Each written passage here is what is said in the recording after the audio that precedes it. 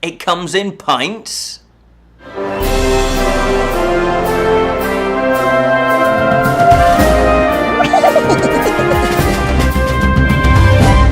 Hello and welcome to the Friday Fantasy Show from the Bottled Imp, exploring the realms of fantasy. My name is Ken Boyter and today we're going to take a look at Lord of the Rings, but part 2, The Two Towers. Now this was first released into the cinema in 2002, directed by Peter Jackson, and as I say, this is the sequel, I guess, to The Fellowship of the Ring, which makes up parts 1 and part 2. Part 3 is The Return of the King, which makes up The Lord of the Rings. With me so far? Now what we're going to be doing is, last week was part 1. I reviewed The Fellowship of the Rings. This week we're doing Two Towers, and next week we're going to do The Return of the King. Why? Well, because Lord of the Rings, I know it's so many years that this has been released. What's the point of reviewing it now? Well, I thought, you know what, yeah, that's a good point. But I wanted to just explore it a little bit more. And why do I keep going back to these? I watch these at least once a year. I absolutely adore them. So there you go, a little bit of a spoiler about what I think of them. They are phenomenal. Can't say that word. But why? Why are they so good? Let's find out. Lord of the Rings, The Two Towers. Just what is the setup? Well, I don't really go into spoilers, so I'm going to try and do my best not to do spoilers. I'm going to give you a bit more of an overview, basically. And it's an epic story, so I can't fit everything in. The Dark Lord Sauron, he has created rings of power when he was in his physical form. And he had one ring that controlled all these other rings. And he gave these other rings to the leaders of the free peoples. And in his cheeky mind, he thought, I know, I'm going to corrupt these leaders and therefore corrupt their people and claim dominance. One ring to bind them all. That's that's his theory. That's what he's after. He wanted to dominate the free peoples and take control of the whole of Middle Earth, which is where the stories take place. But he was defeated. There was this massive battle years and years ago. He was defeated, and he was banished to the netherworld, to a different dimension. But he's sitting and waiting. He's sitting and waiting because he wants to grow his power. He wants to come back into Middle Earth. The One Ring fell into the hands of humans, and then it fell to a character called Gollum. And then it fell to a little hobbit called Bilbo Baggins, who gave it to Frodo Baggins. Now, obviously, I've rattled through a lot of storyline there. So Frodo has this ring. It's found that this ring is so powerful that no one should have it. It needs to be destroyed. So off they set. Where do you destroy the most powerful ring? Well, obviously where it was made, which is Mount Doom, in the fires of Mount Doom in Mordor. Now that is in the heartland of where Sauron is, where his armies are. It's going to be a bit tricky, isn't it? It's going to be a bit dangerous. So that's what the kind of quest is, the overall quest of Lord of the Rings. Now, without giving too much spoilers, although you've probably watched part 1, you probably know the Fellowship of the Rings. You probably watched The Two Towers as well, to be honest. This film starts with the Fellowship. There are 9 people within this Fellowship, or dwarves as well, people, what I'm trying to say, races. Here we go. And so it's not just humans, is what I'm trying to say. And they have agreed to take the ring to Mount Doom. So it's a fellowship, hence the Fellowship of the Ring, which was part 1. Now this is the continuation, in a way. This is like the tricky second album. You know, this is the linking story. This is Link's, obviously, the beginning. This is the middle, if you like, and The Return of the King is the end. That will wrap every plot line, every subplot line up. So how do you keep the momentum going? What I would say is there are lots of themes that kind of help with this. There's continuation of themes from part 1. So if you haven't seen the review of part 1, go back and look at the themes that I find are in Fellowship of the Ring. But there are lots of themes that are new. So there's continuations, but they explore other themes as well. Now, one theme is trust. Trust although it is in part 1, I feel it's more prominent in part 2. Because once you get to know your fellow people, especially, you know, if they're strangers in the Fellowship, there's a lot of strangers, they don't all know each other. You've got to build up trust, and certainly the circumstances that you find yourself can make or break trust as well. So Frodo, without giving too many spoilers, he has seen his trust broken in the previous film. His trust was broken, but I don't want to give too many spoilers away. So one of the Fellowship, it's trust broken. So, hey, don't want to give too many spoilers away. He obviously thinks, well, you know, if your trust has been broken, can I continue to trust? Do you start getting a bit more paranoid? Do you withdraw your trust from other people? Because you think, well, are they as trustworthy? Can I still trust them? So trust is very much tested in this film. He has to trust Sam. He has to trust Sam because, again, trying not to give too much, but Sam and Frodo, they kind of go off on their own. And, you know, Frodo does need Sam. This is a dangerous, perilous journey. This is many leagues they're going to have to travel. There are people, creatures that are after them, pursuing them. There's big wars that are going to be raging. There's battles that are going to be raging. And it's so vital this ring gets destroyed. Sam does go along with Frodo, so their friendship is tested. The trust is tested between them, even though they've known each other probably since they were small hobbits. If that isn't an oxymoron, is that what I'm looking for? Then, you know, even if you've been friends for years and years and years, that friendship, that trust can still be, you know, tested. So how do you know someone's intentions? Do they change? People change. Have they been corrupted without you knowing it from an external influence? Is that, you know, are they genuine? What happens if you meet someone new? And that, you know, again, you have to put your trust. Are they genuine? What their intentions are? Do they have a hidden agenda? So I think that trust then leads to faith, that then leads to hope. You've got to hope that it works out, because if you've got no proof, you just have to go on instinct, don't you? And what is instinct? Hope, faith. So you just have to think, okay, I will put my trust there. But you need actions. Actions create trust. And, you know, because people can say the right things, but their actions might betray them if they are, you know, if they're not genuine. So trust is a big key theme in this film. As I say, it leads on to hope. Hope, again, is another big key theme. What is hope? Why should you have hope? Why should we, you know, continue to have hope when the evidence might, you know, stack against that? When do we lose hope? You know, when do you think, that's it, I've had enough, you know, we're not going to do this, we've failed? And is it the hope that keeps us going when all seems lost? You know, if the odds are against you and you get setback after setback and failure after failure, what drives you on? What keeps you going? Determination. What is behind that? Is it hope? But why should we cling to hope? You know, if there's no evidence, you know, if the evidence is against you, as I say, that kind of leads into faith, doesn't it? That faith, you put your trust in faith, that it will just work out. I have this gut feeling. Well, is that enough to carry on and to have that faith? Is faith always linked in with a divine being and to spur you on? That, I believe that a god or gods, you know, are out there, they're looking after me, they're willing me on, they're with me, I'm going to do this, we are going to do this. So you think, they're going to protect me, they're going to look after me. So therefore the question begs is, can you have hope if you don't have faith? What happens if you don't have faith? You don't believe in a god or gods, you just believe, that doesn't exist, that's all just made up, it is just us, and then we just got to get on with it. Can you then have hope? What is hope? Where does hope reside? Do you have to have that belief in God?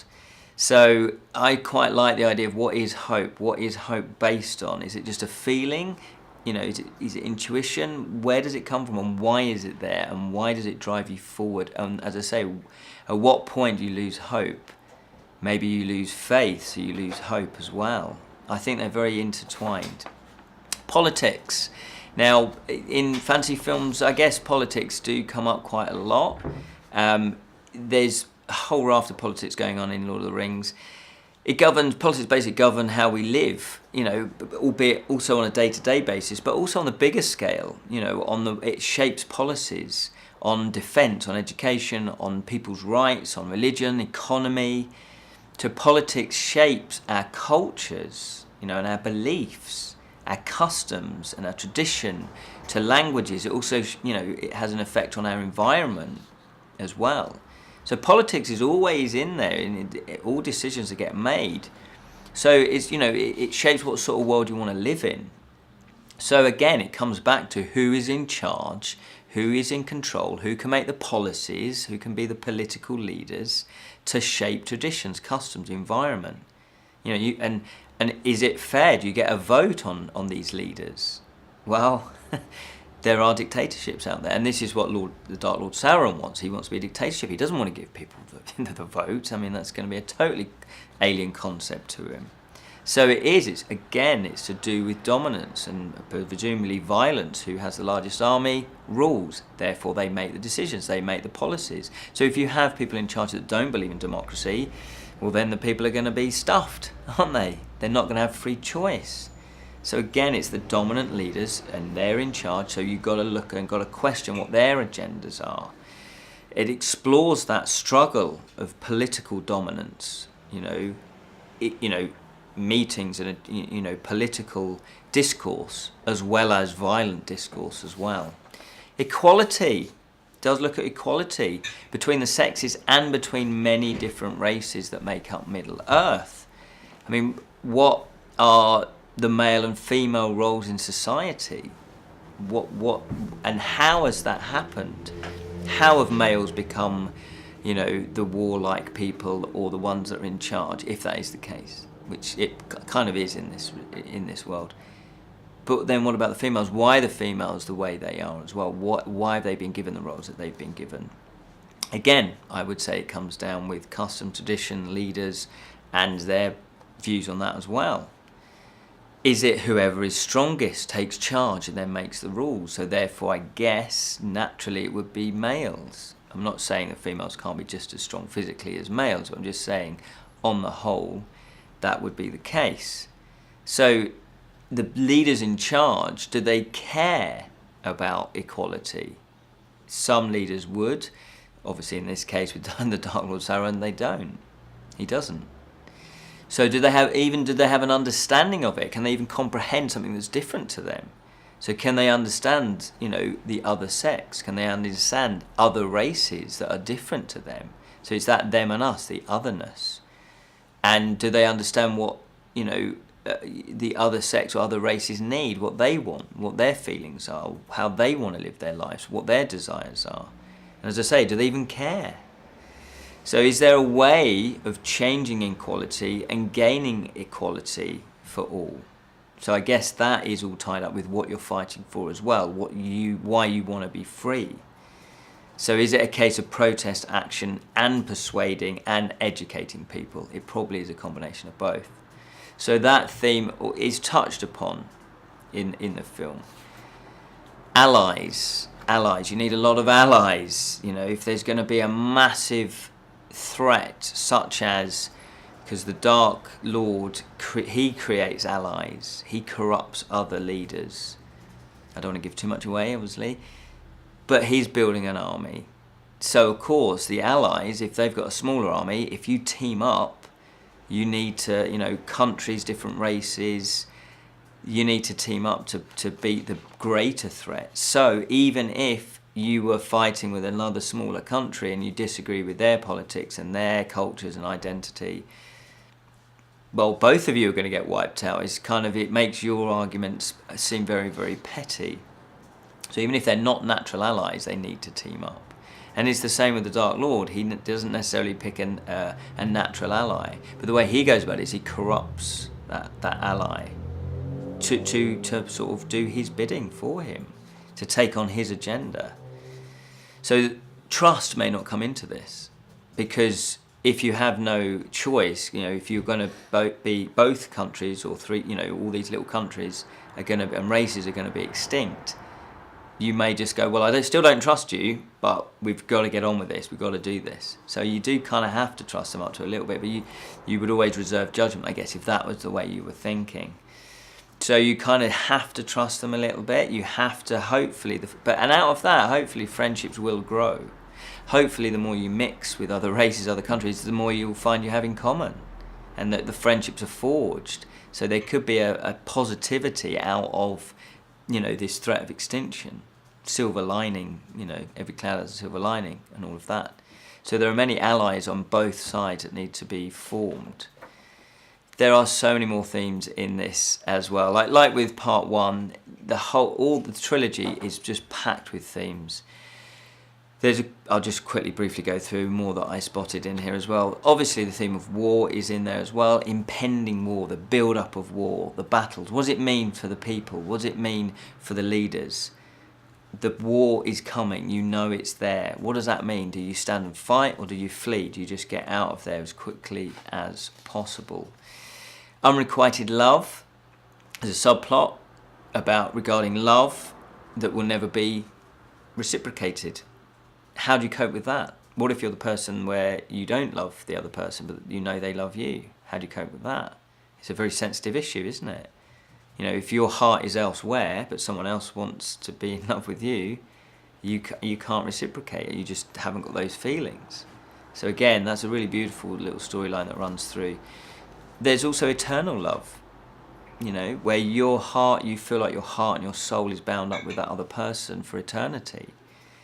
And that, and you feel like it breaks free from your physical body, from your, so even if you were to cross over into the next world, into the spirit world, that your souls would meet up in the spirit world and be eternally bound as well. And again, that's a really beautiful storyline that runs through. So overall, oh wow, once again, how do they do it? This is a tricky second album. Doing a sequel in history, filmmaking, the sequel's always a bit okay. There has been the exceptions. I guess Star Wars I can think of, where Empire Strikes Back was equally as good, and some say even better than the original Star Wars.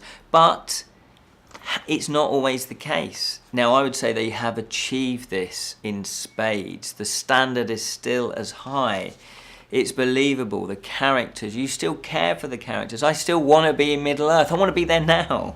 I want to be helping Frodo. I want to be running my own tavern, the Bottled Imp Inn, serving pints to Pip and Merry, who are the other little hobbits as well. They do an amazing job. It feels like it's the same energy, the same care and attention, it's like and they did film them all three together, back to back, and it shows, because that love and that attention is there in this film. You want to know what happens. The music is fantastic. There are new characters that get introduced as well. They're just as good. You care for them just as much. You want to know their stories as well. It's deep. There's loads going on. It's epic. You really, again, feel like you've been through the ringer. And this is just when at the end of part 2, you just go, oh, and you've still got another film to go. It's huge. The world building is amazing.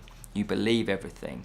And that, to me, is the key to fantasy. That, good characters and good storyline.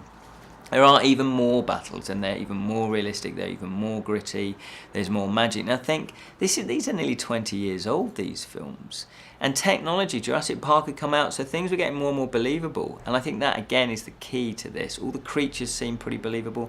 There are a few special effects when they do the body doubles. So a lot of the Hobbits, when they did distance shots, children were used, they just dressed them up. So if they weren't facing camera, so sometimes the movement, you can tell that's a child moving, rather than an adult, moving like Frodo.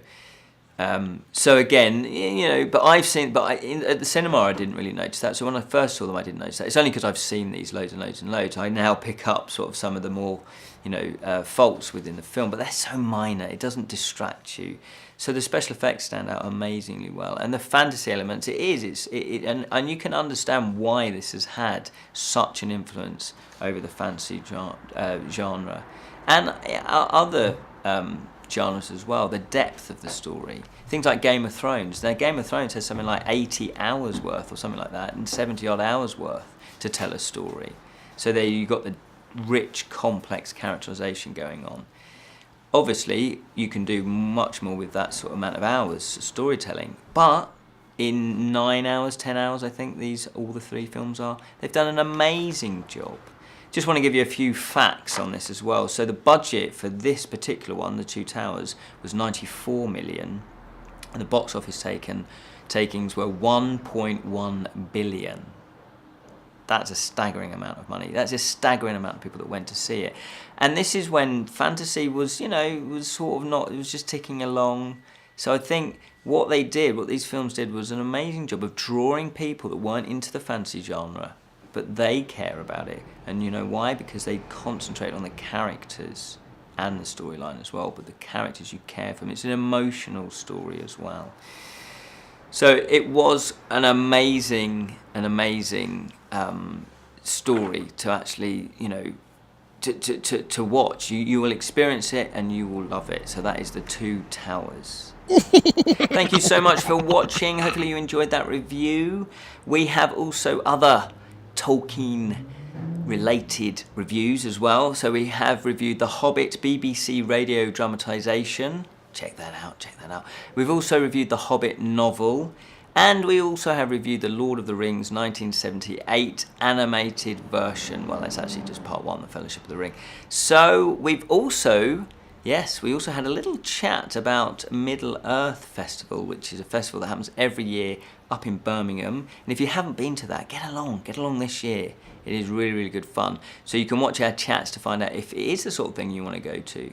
So thank you so much for watching. We've got so many other reviews as well. We've got over 400 episodes on our channel, so you can binge watch. Hurrah! Until next time, remember to keep it unreal, especially if you are a precious person.